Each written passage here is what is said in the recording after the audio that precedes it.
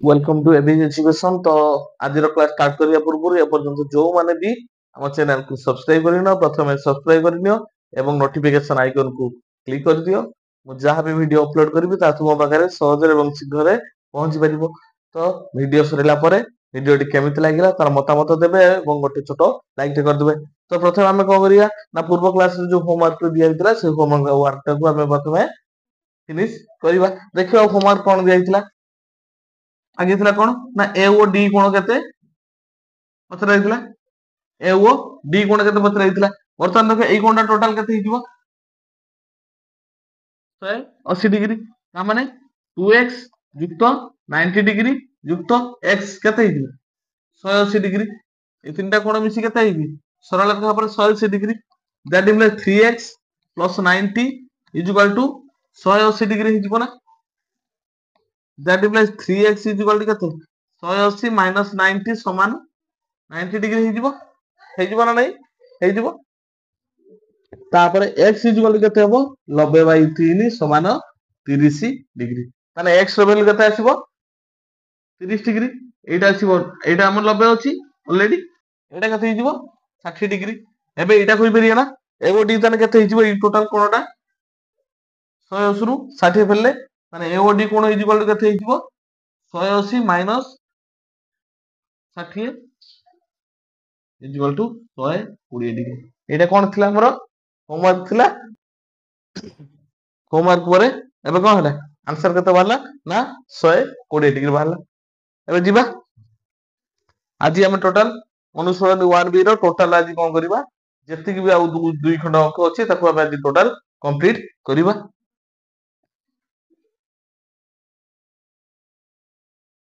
तो आज रो ज्यामितिक अनुचिंता गोटे रखिबा।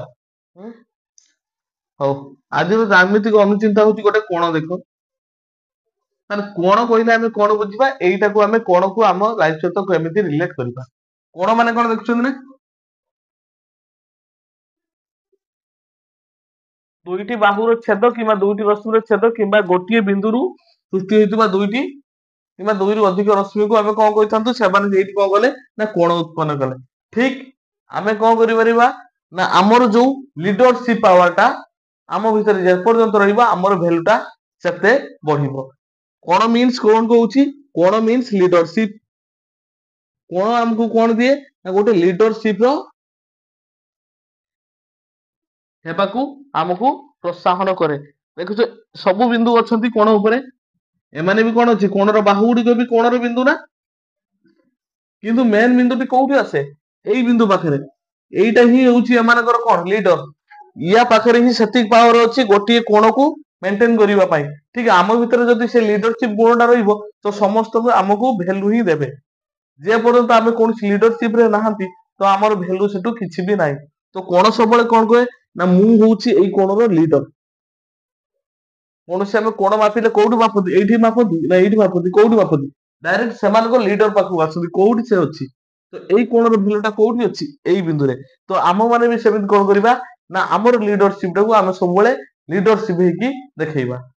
सबले हमर वैल्यूटा सेतबेले जाना पड़ियो जेतबेले आमे किछि लीडरशिप रे रहिबा सबले किछि कथा को आमे सबले आगो को नबा ताने आमे लीडरशिप होई परिबा हला। तो कोण मीन्स कोण ताको कहे जे गोटे लीडरशिप हेकी देखाओ माने समस्त को बांधी रखिबा पई तुम पाखरे सेतिकी पावर थिबा दरकार ए कोण जेमिति करि पारुछि हला।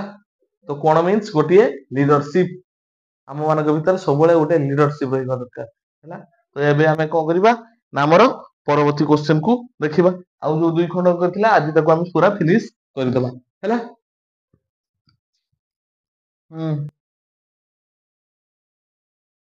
जिबा एबे 16 नंबर कोन कहउछि ना ओए रश्मि ओबी रश्मि ओसी रश्मि एक समतल रे अवस्थित हेले कोनसी रश्मि अन्य दुईटी द्वारा गठित कोणर अंतर्देश रे विस्तृत नुहे प्रमाण करो जे एओबी बीओसी एओ सीओए 360 डिग्री हबो।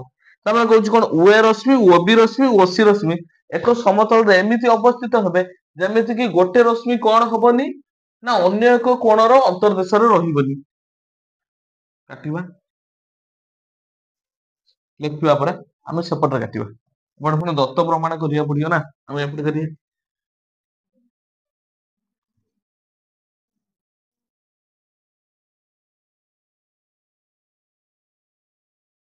ଏଇଟା ହେଇଯିବ କେ ଓ, ଏଇଟା ହେଇଯିବ ଏ, ଏଇଟା ହେଇଯିବ ବି।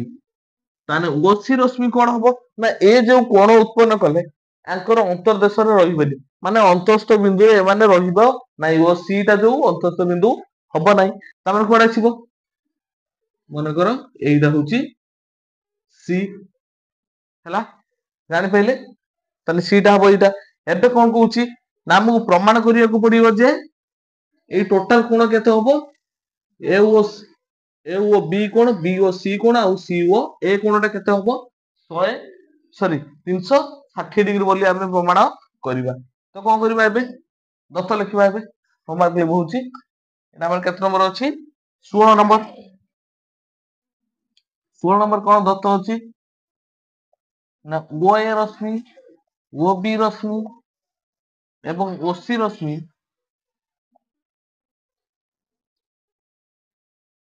ଏପରି ଅବସ୍ଥିତ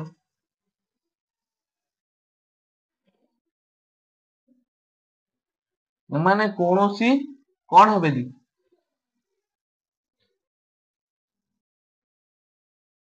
କୌଣସି ରଶ୍ମିର କୌଣସି କୋଣର ଅନ୍ତର୍ଦେଶରେ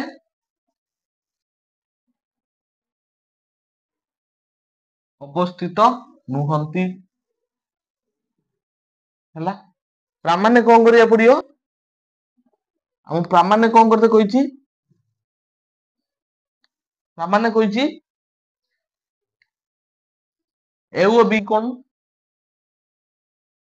ଯୁକ୍ତ ବି ଓ ସି କୋଣ ଯୁକ୍ତ ସି ଏ ଓ କୋଣ କେତେ ହବ? 360 ଡିଗ୍ରୀ। ଏତିକି ପ୍ରମାଣ କରତେ କହିଛି। ଏବେ କଣ କରିବା ନା ଆମେ ଅଙ୍କନ ଗୋଟେ କରିବା ହେଲା। ଏବେ ଅଙ୍କନ କରିବା କଣ ନା ଓ ଏ ରଶ୍ମିର ବିପରୀତ ରଶ୍ମି ଓ ଡି ରଶ୍ମି ଅଙ୍କନ କରାଯାଏ ହେଲା। ଦେଖ ତାହେଲେ ଓ ଡି ରଶ୍ମି କଣ କରିବି ନା ଓ ଏ ରଶ୍ମିର ବିପରୀତ ରଶ୍ମି ଓ ଡି ରଶ୍ମି ଅଙ୍କନ କରିବି। କଲେ କଣ ହବ ସେଇଟା ଦେଖ। ତାହେଲେ ବିପରୀତ ରଶ୍ମି କଣ ହେଇଯିବ? ୟାର ଠିକ ବିପରୀତରେ ଆସିବ ଓ ଡି ରଶ୍ମି। ଜାଣିପାରିଲେ? ତାହେଲେ ଓ ଡି ରଶ୍ମି ହେଇଗଲା। ଏବେ କଣ ହବ ଦେଖ, ତାହେଲେ ଏବେ ପ୍ରମାଣ କରିବା। ପ୍ରମାଣ କଣ କରିବା? ତାହେଲେ ଏ ଓ ରଶ୍ମି ଓ ଡି ରଶ୍ମି କଣ ହେଲେ? ଏ ଡି ସରଳ ରେଖା ହେଇଗଲେ। ଏ ଓ ରଶ୍ମିର ବିପରୀତ ରଶ୍ମି ଓ ଡି ରଶ୍ମି, ଅର୍ଥାତ୍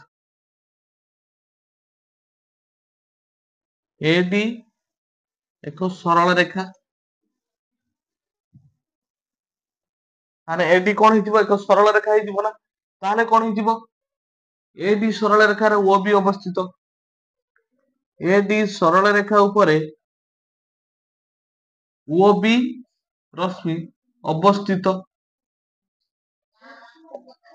ତାହେଲେ କଣ ହେଇଯିବ ନା ଏ ଓ ବି କୋଣ ଯୁକ୍ତ ବି ଓ ଡି କୋଣ ଇଜୁକାଲ ଟୁ 180 ଡିଗ୍ରୀ ସନ୍ନିହିତ ପରିପୂରକ କୋଣ। ଜାଣିପାରିଲେ କଣ ପାଇଁ ହେଲା? ମାନେ ଏ ଡି ସରଳ ରେଖା ଉପରେ କିଏ ଅବସ୍ଥିତ ନା ଓ ବି ଅବସ୍ଥିତ। ତାହେଲେ କଣ ହେଇଯିବ? ତାହେଲେ ଏ ଓ ବି ଆଉ ବି ଓ ଡି କଣ ହବ? 180 ଡିଗ୍ରୀ ହେଇଗଲା। କାହିଁକି? ଏଇଟା ଗୋଟେ କଣ ଅଛି ନା ଏଇଟା ଗୋଟେ କଣ ସରଳ ରେଖା। ମାନେ ଏ ଡି କଣ ହଉଛି ଗୋଟେ ସରଳ ରେଖା ଏବଂ ଓ ବି କଣ ହେଇଛି ତାପରେ ଅବସ୍ଥିତ। ସେଇପରି କଣ ହେଇଯିବ ନା ଏ ଡି ସରଳ ରେଖା ଉପରେ ଓ ସି ରଶ୍ମି ଅବସ୍ଥିତ। ଦେଖ ଓ ସି ରଶ୍ମି ଅବସ୍ଥିତ ନା। ଏ ଡି ସରଳ ରେଖା ଉପରେ ଓ ସି ରଶ୍ମି ଅବସ୍ଥିତ। ଦ୍ୟାଟ୍ ଇମ୍ପ୍ଲାଇଜ୍ କଣ ଲେଖିପାରିବା ନା ଏ ଓ ସି କୋଣ ଯୁକ୍ତ ସି ଓ ଡି କୋଣ ଇଜ ଇକ୍ୱାଲ ଟୁ 180 ଡିଗ୍ରୀ। ସେଇ ସନ୍ନିହିତ ପରିପୂରକ କୋଣ ଜାଣିପାରିଲେ। ଏଟାକୁ ସମୀକରଣ 1 ଦେଇଦବା, ଏଟାକୁ ସମୀକରଣ 2 ଦେଇଦବା। ଏବେ ସମୀକରଣ 1 ଆଉ 2 କି କଣ କରିବା ଯୋଗ କରିବା, ମାନେ ଏ ଦୁଇଟା ସମୀକରଣକୁ ଆମେ ମିଶେଇବା। ମାନେ ସମୀକରଣ 1 ଏବଂ 2 କୁ ଯୋଗ କରାଯାଏ ହେଲା। ବର୍ତ୍ତମାନ ସମୀକରଣ 1 ଆଉ ସମୀକରଣ 2 କୁ କଣ କରିବା ମିଶେଇଦବା। ମିଶେଇଲେ କଣ ପାଇବା ଦେଖ, ତାହେଲେ ଏ ଓ ବି କୋଣ ଯୁକ୍ତ ବି ଓ ଡି କୋଣ କୋଉଟା ସମୀକରଣ 1 ର। ତାପରେ ସମୀକରଣ 2 ର କିଏ ଆସିବ ନା ଏ ଓ ସି କୋଣ ଯୁକ୍ତ ସି ଓ ଡି କୋଣ। ଏ ଓ ସି ଆସିବ ଆଉ ଗୋଟେ ସି ଓ ଡି ଆସିବ। ଇଜୁକାଲ କେତେ ଏପଟ ସାଇଡ ରେ କିଏ ଅଛନ୍ତି 180 ଯୁକ୍ତ 180 ଡିଗ୍ରୀ ହେଲା। ତାହେଲେ ଏ ଦିଟାକୁ ଏ ଦିଟା ମିଶା ହେଲା, ଏ ଦିଟାକୁ ଏ ଦିଟା ମିଶା ହେଇଗଲା। ଏବେ ଯିବା କୋଉଠିକି ଦ୍ୟାଟ ଇମ୍ପ୍ଲାଇଜ୍ ଏବେ ଦେଖ ଏ ଓ ବି କୋଣ ଯୁକ୍ତ ଏ ଓ ସି କୋଣ ଯୁକ୍ତ ବି ଓ ଡି କୋଣ ଯୁକ୍ତ ସି ଓ ଡି କୋଣ। ମୁଁ ଏଇଟା ଲେଖିପାରିବି ନା 360 ବୋଲି। ଦେଖ ଏ ଓ ସି କୁ ଏପଟକୁ ନେଇ ଆସିଲି, ଏଇ ଯୋଉ ବି ଓ ଡି ଟାକୁ ଏଇଟାକୁ ପାଖକୁ ନେଇ ଆସିଲି। ବି ଓ ଡି କୋଣ ଆଉ ସି ଓ ଡି କୋଣ ଯେ ମିଶିଲେ କୋଉ କୋଣ ହବ ବି ଓ ସି କୋଣ ହେଇଯିବ ନା। ଦ୍ୟାଟ ଇମ୍ପ୍ଲାଇଜ୍ ଏ ଓ ବି କୋଣ ଯୁକ୍ତ ଏ ଓ ସି କୋଣ ଯୁକ୍ତ ବି ଓ ସି କୋଣ ଇଜୁକାଲ ଟୁ 360 ଡିଗ୍ରୀ ପାଇଗଲେ। ଦ୍ୟାଟ ଇମ୍ପ୍ଲାଇଜ୍ ଆମେ ସଜେଇକି ଲେଖିଦବା ବହି ଅନୁସାରେ ନା ଏ ଓ ବି କୋଣ ଯୁକ୍ତ ବି ଓ ସି କୋଣ ଯୁକ୍ତ ଏ ଓ ସି କୋଣ ଇଜୁକାଲ ଟୁ 360 ଡିଗ୍ରୀ ପ୍ରମାଣିତ। ଗୋଟେ ସହଜିଆଟେ ଦେଖିଲ ପୁରା ଗୋଟିଏ ବ୍ଲାକବୋର୍ଡ ରେ ହେଇଗଲା ଆନ୍ସର। ପ୍ରମାଣ ଏତିକି ଜଷ୍ଟ ଏତିକି ଟିକେ ଷ୍ଟେପ ମନେ ରଖିବ ହେଲା। କେତେ ସହଜିଆ କ୍ୱେଶ୍ଚନ ଟେ, ଏତିକି କ୍ୱେଶ୍ଚନ 5 ମାର୍କ ହେଲା। କଣ କରିବା ଗରମ ହଉଛି ଜୋରେ, ତୁମ ପାଇଁ କେତେ ସଫର କରୁଛି ତମେ ନିଜେ ଜାଣିପାରୁଥିବ।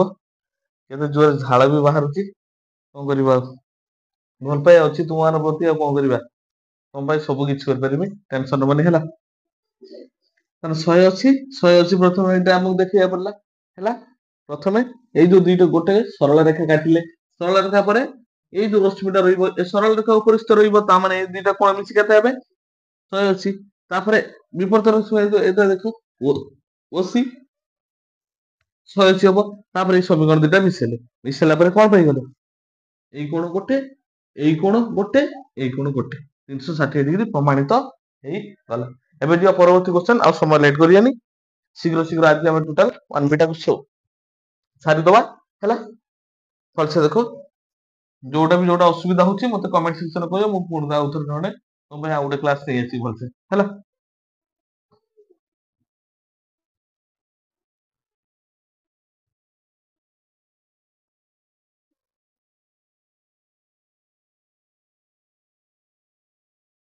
ଦେଖିବା 7 ନମ୍ବର, ଦେଖିବା 7 ନମ୍ବର କଣ କହୁଛି।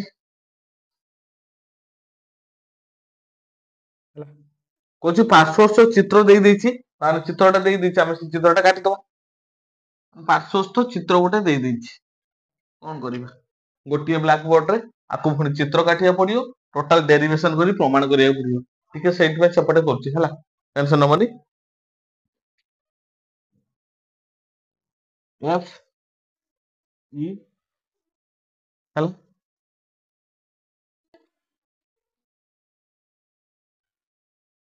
এটা ଆସିଯିବ ବି, ଏଇଟା ଓ, ଏଇଟା ଆସିବ ଏ ହେଲା। ଏଇଭଳିଆ ପୋଜିସନ ଅଛି। ସେ କହୁଛି କଣ ନା ଏ ଓ ବି ର ସମଦ୍ୱିଖଣ୍ଡକ ରଶ୍ମି ଓ ଇ। ଦତ୍ତ କଣ ଅଛି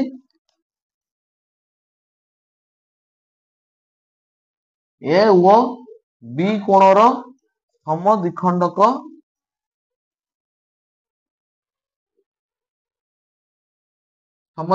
ରଶ୍ମି କିଏ ନା ଓ ଇ। ତାହେଲେ ଏ ଓ ବି କୋଣର ସମଦ୍ୱିଖଣ୍ଡ ରଶ୍ମି ଓ ଇ ହେଲେ ମାନେ ଏଇଠି କଣ ଲେଖିପାରିବା ଦ୍ୟାଟ ଇମ୍ପ୍ଲାଇଜ୍ ଆମେ ଲେଖିପାରିବା ନା ବି ଓ ଇ କୋଣ ଇଜୁକାଲ ଟୁ ଏ ଓ ଇ କୋଣ ଏଇଟା ଲେଖିପାରିବା ନା ସମଦ୍ୱିଖଣ୍ଡକ ରଶ୍ମି ଯଦି ହେଲା ତାହେଲେ ଆମେ କହିପାରିବା ନା ଏଇ କୋଣ ଇଜ ଇକ୍ୱାଲ ଟୁ ଏଇ କୋଣ କହିପାରିବେ ଏ ଦୁଇଟା କୋଣ ସମାନ ହେବେ। ତାପରେ ଲେଖ ତାପରେ କଣ କହିଛି ନା ଓ ଇ ର ବିପରୀତ ରଶ୍ମି କିଏ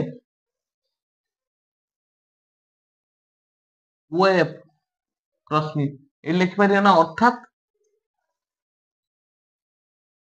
ଇ ଏଫ କଣ ହବ ସରଳ ରେଖା ହେବ। ତାହେଲେ ଇ ଏଫ କଣ ହବ ଗୋଟେ ସରଳ ରେଖା ହବ ଜାଣିପାରିଲେ। ତାମାନେ କଣ କହିଛି ତାମାନେ କହିଛି ପ୍ରମାଣ କରେ ଯେ ଦର୍ଶାଅ ଯେ କଣ ନା B O F is equal to A O F ତାମାନେ ବି ଓ ଏଫ କୋଣଟା କେତେ ଏ ଓ ଏଫ କୋଣ ସହିତ ସମାନ ତାମାନେ ଏଇ କୋଣଟା ଏଇ କୋଣ ସହିତ ସମାନ ବୋଲି ଆମକୁ କଣ କରିବାକୁ ପଡିବ ପ୍ରମାଣ କରିବାକୁ ପଡିବ। ଏବେ ଲେଖିବା ପ୍ରମାଣ କରିବା ଏବେ ପ୍ରମାଣକୁ ଯିବା ଏବେ ଟିକେ ଲାଇଟ୍ କରେନି ଆগে ବୁଝିଦବା ନା କଣ ତାହେଲେ ଏଟା କଣ ହବ ବର୍ତ୍ତମାନ ଦେଖ ବର୍ତ୍ତମାନ ଇ ଏଫ ସରଳ ରେଖା ଇ ଏଫ ସରଳ ରେଖାରେ ଓ ବି କଣ ଅଛି ଅବସ୍ଥିତ ଅଛି ତାହେଲେ ଇ ଏଫ ସରଳ ରେଖା ଉପରେ ଓ ବି ରଶ୍ମି ଅବସ୍ଥିତ ଅର୍ଥାତ୍ କଣ ଲେଖିପାରିବା ବି ଓ ଏଫ କୋଣ ଯୁକ୍ତ ବି ଓ ଇ କୋଣ ଇଜୁକାଲ ଟୁ 180 ଡିଗ୍ରୀ ଏଇଟା ଲେଖିପାରିବୁ ନା ସନ୍ନିହିତ ପରିପୂରକ କୋଣ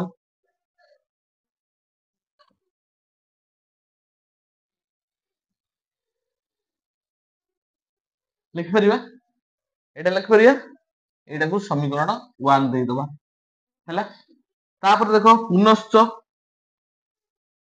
ପୁନଶ୍ଚ କଣ ହବ ନା ଇ ଏଫ ସରଳ ରେଖା ଉପରେ ଦେଖ ଓ ଏ ରଶ୍ମି ଅବସ୍ଥିତ ନା ଓ ଏ ରଶ୍ମି ଅବସ୍ଥିତ ଅର୍ଥାତ୍ କଣ ହେଇଯିବ କୁହ ସେଇପରି କୁହ ସେଇ ସିକ୍ୱେନ୍ସରେ ଯିବା ହେଇଯିବ ନା ଏ ଓ ଏଫ କୋଣ ଯୁକ୍ତ ଏ ଓ ଇ କୋଣ ଇଜୁକାଲ ଟୁ 180 ଡିଗ୍ରୀ ସେଇ ସନ୍ନିହିତ ପରିପୂରକ କୋଣ ଏଇଟାକୁ ସମୀକରଣ 2 ଦେଇଦବା ତାର ସମୀକରଣ 1 ଆଉ 2 କୁ ଏବେ ଲକ୍ଷ୍ୟ କରିବା କଣ ଅଛି ତାର ସମୀକରଣ 1 ଏବଂ 2 ରୁ ଜାଣିଲୁ ଯେ ମାନେ ଏଇ ଏତିକି ଯେତିକି 180 ଡିଗ୍ରୀ ଇଏ ଏତିକି ଯେତିକି 180 ଡିଗ୍ରୀ ତାମାନେ ଏଇ ଟୋଟାଲଟା ହବ କାହା ସହିତ ୟା ସହିତ ସମାନ ଦ୍ୟାଟ ଇମ୍ପ୍ଲାଇଜ ବି ଓ ଏଫ କୋଣ ଯୁକ୍ତ ବି ଓ ଇ କୋଣ is equal to A O F କୋଣ ଯୁକ୍ତ ଏ ଓ ଇ କୋଣ ହେଇଯିବ ନା ଏଇଟା ସମାନ ୟା ସହିତ କିଏ ଏତିକି ୟା ସହିତ ଏତିକି ଇଏ ବି 180 ଇଏ ବି 180 ଏବେ କୁହ ବି ଓ ଇ କୁ ମୁଁ କାଟି ଦେଇ ପାରିବି ନା ଏ ଓ ଇ ସାଙ୍ଗର ଦେଖ ବି ଓ ଇ ଇଜ ଇକ୍ୱାଲ ଟୁ କାହିଁକି ଏଇଠି ବି ଓ ଇ କୋଣ ଇଜ ଇକ୍ୱାଲ ଟୁ ଏ ଓ ଇ କୋଣ ଦତ୍ତ ଅଛି ଆମେ ଦତ୍ତରେ ଲେଖିଥିଲେ ଦେଖ ଏଇଟା ବି ଓ ଇ କୋଣ ଇଜ ଇକ୍ୱାଲ ଟୁ ଏ ଓ ଇ କାହିଁକି ନା ଏ ଓ ବି ର ସମଦ୍ୱିଖଣ୍ଡକ କିଏ ଥିଲା ଓ ଇ ଥିଲା ହେଲା ଜାଣିପାରିଲେ ଦ୍ୟାଟ ଇମ୍ପ୍ଲାଇଜ କଣ ହେଇଗଲା ନା ବି ଓ ଏଫ କୋଣ is equal to A O F କୋଣ ହେଇଗଲା ପ୍ରମାଣିତ ପ୍ରୁଫଡ ପ୍ରୁଫ ଏଟ ଦି ରେଟ ଏଭି ହେଇଗଲା ପ୍ରମାଣିତ କରିଦେଲେ ତ ଆଜି ଆମର କଣ ହେଲା ନା ଯୋଉ ଜ୍ୟାମିତିର ଅନୁଶୀଳନୀ 1 ଟା ଆଜି ଆମେ ଟୋଟାଲ କମ୍ପ୍ଲିଟ କରିଦେଲେ ତ ଟୋଟାଲ ଆମର ଆଜି କମ୍ପ୍ଲିଟ ହେଇଗଲା ୟା ପରଠୁ କଣ କରିବା ୟା ଯୋଉ ଥିଓରି ସେକ୍ସନ ଅଛି ୟା ପରେ ସମାନ୍ତର ଅଛନ୍ତି ସରଳ ରେଖା ତାପରେ ଥିଓରି କ୍ଲାସ ମୁଁ ନେଇ ଆସିବି ଥିଓରି କ୍ଲାସ ବୁଝି ସାରିଲା ପରେ ତାପରେ ଆମେ କଣ କରିବା ଡାଇରେକ୍ଟ ଅନୁଶୀଳନୀ ଉପରକୁ ଯିବା କାରଣ ଥିଓରି ନ ବୁଝିଲେ ଆମେ ଅନୁଶୀଳନୀ ଡାଇରେକ୍ଟ କେମିତି କରିବା ଆମେ ଯିବାନି ଆମେ ଆଗେ ଥିଓରି ଟିକେ ଭଲସେ ପୁରା କ୍ଲିୟର ହେଇଯିବା ଫଣ୍ଡାମେଣ୍ଟାଲ ପୁରା କ୍ଲିୟର ହେଇଯିବା ତାପରେ ଅନୁଶୀଳନୀ ଯିବା ଆରାମସେ କ୍ୱେଶ୍ଚନ ଆନ୍ସର କରିବା ମୁହେଁ ଆନ୍ସର ଦବା ହେଲା ସବୁବେଳେ କେତେ ବି ଟେନସନ ନିଅନି ପାଠ ପଢାରେ ମନ ଦିଅ ଏବଂ ସବୁ କିଛି ଠିକ ହେଇଯିବ ଆମ ଲାଇଫରେ ଆଗକୁ ଯିବାର ଅଛି ନା ତ ପାଠ ଦିଗରେ ହିଁ ଆମକୁ ଯିବାର ଅଛି ଆଉ ପାଠ ହଉଛି ସବୁବେଳେ ସାଇଲେଣ୍ଟ କିଲର। କାହା ସହିତ କଳି ଝଗଡା କରିବା ନାହିଁ, କିଛି କରିବା ନାହିଁ। ବାସ୍ ଆମେ ପାଠରେ ମନ ଦେବା, ପାଠ ଆମକୁ ବହୁତ ଉପରକୁ ନେଇଯିବ। ସେଇଟା ତମେ ବି ଜାଣିପାରିବନି କେମିତି କଣ ହଉଛି। ପାଠ ବହୁତ କିଛି ଦରକାର ଆମର ହେଲା। ଆମେ କାହା ଦେହରେ ବି ମନ ଦବାନି। ବାସ୍ ପାଠ ଉପରେ ସବୁ ମାଇଣ୍ଡ ଫୋକସ ପାଠ ଉପରେ କରିଦବା। ସେ ଆମକୁ ବହୁତ କିଛି ନେଇଯିବ, ତା ଜୀବନରେ ବହୁତ କିଛି ଉପରକୁ ନେଇଯିବ ହେଲା। ସବୁବେଳେ କିଛି ଏବେ ଯାହା ବି ମନରେ ଅଛି ସବୁ ମନରୁ ଚିନ୍ତା କାଢିଦିଅ, କେବଳ ପାଠ ଦିଗରେ ହିଁ ମନ ଦିଅ ହେଲା। ତ ଆଜି ପାଇଁ କ୍ଲାସକୁ ଏଇଠି ରଖିବା ଏବଂ କ୍ଲାସଟି କେମିତି ଲାଗିଲା ତାର ମତାମତ ମଧ୍ୟ ଦେବେ ହେଲା। ଗୋଟେ ଛୋଟ ଲାଇକ୍ ଟା ମଧ୍ୟ କରିଦବ ହେଲା। ବହୁତ ପରିଶ୍ରମ କରୁଛି ତୁମ ପାଇଁ, ସେତିକି ତ ଟିକେ ଗୋଟେ ଲାଇକ୍ ତ ମୋ ପାଇଁ କରିବ ନା ନାହିଁ? ସେତିକି ଭଲ ପାଇବା ନାହିଁ ମୋ ପ୍ରତି, ତ ଗୋଟେ ଛୋଟ ଲାଇକ୍ ଟେ ମଧ୍ୟ କରିଦବ। ଆଉ କ୍ଲାସଟି କେମିତି ଲାଗିଲା କମେଣ୍ଟରେ ମଧ୍ୟ ମତାମତ ଦବ। ରହୁଛି ଆଜି ପାଇଁ କ୍ଲାସ ଏଇଠି ରଖିବା। Thank you for watching.